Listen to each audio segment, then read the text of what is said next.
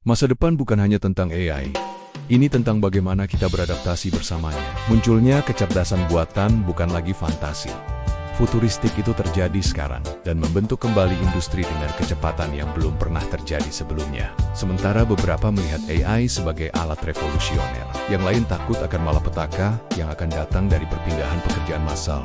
Dan menurut miliarder teknologi Bill Gates, kekhawatiran itu mungkin tidak sepenuhnya tidak berdasar. Gates juga merespons kekhawatiran yang diungkapkan CEO Anthropic, Dario Amodei, yang memperkirakan sekitar 50% pekerjaan tingkat pemula di sektor kantoran dapat hilang pada 2030 karena otomatisasi AI. Gates bahkan memperkirakan pekerjaan sektor informal dan manual juga berpotensi terdampak seiring kemajuan robotik. AI merevolusi industri dengan potensi perpindahan pekerjaan.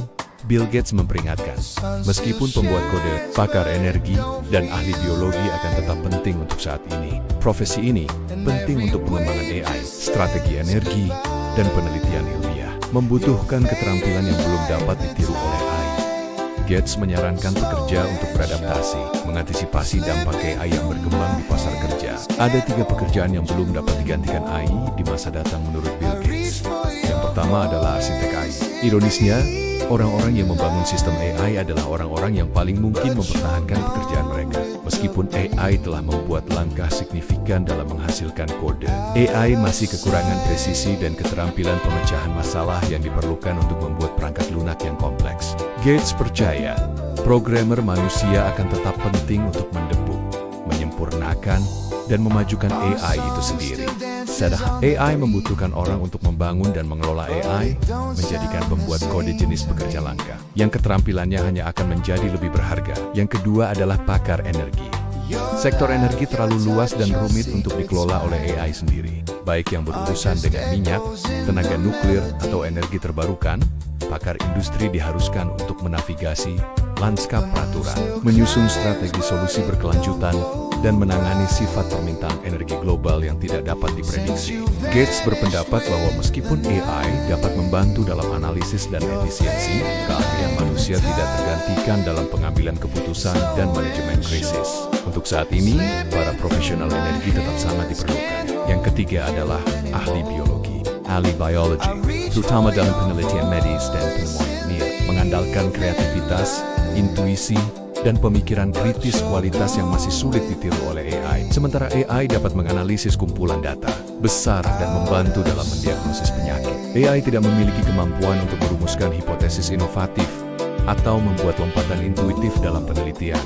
Gates memprediksi bahwa ahli biologi akan terus memainkan peran penting dalam memajukan kedokteran dan memahami kompleksitas kehidupan. Dengan AI berfungsi sebagai alat yang ampuh daripada pengganti, Gates mengakui bahwa prediksinya mungkin tidak sangat mudah, dan pengaruh AI di pasar kerja kemungkinan akan berkembang dengan cara yang belum dapat kita perkirakan.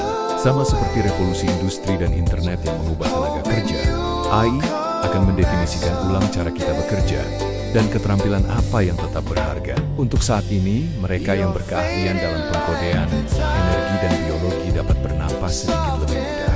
Tapi, untuk sisanya, mungkin sudah waktunya untuk meningkatkan keterampilan, berinovasi, atau seperti yang disarankan Gates mempersiapkan masa depan di mana AI bukan hanya asisten, tetapi juga pesaing. Terlepas dari optimismenya tentang potensi AI, Bill Gates telah mengeluarkan peringatan keras.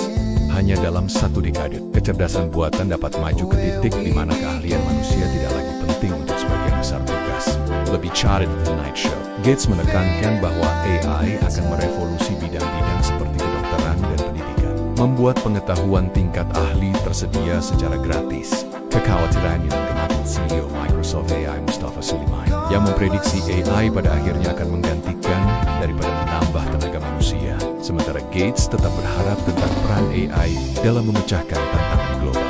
Dia mengakui risiko misinformasi, bias, dan deepfake. Refleksinya tentang evolusi AI yang cepat dari terobosan OpenAI dalam menyelesaikan ujian, biologi hingga akselerasi yang tidak terduga, menyoroti janji dan bahaya dari pergeseran teknologi ini. Saat AI bergerak menuju dominasi, Gates mendesak inovator muda untuk merangkul potensinya, memperingatkan bahwa masa depan tenaga kerja manusia tetap tidak pasti di dunia yang semakin otomatis. Sementara AI membentuk kembali industri. Banyak ahli percaya bahwa kecerdikan manusia tetap tak tergantikan dengan cara yang tidak terduga. Profesi yang berakar pada kreativitas, kecerdasan emosional, dan penalaran etis seperti terapis, seniman, dan pakar hukum masih membutuhkan pemahaman bernuansa yang sulit ditiru oleh AI.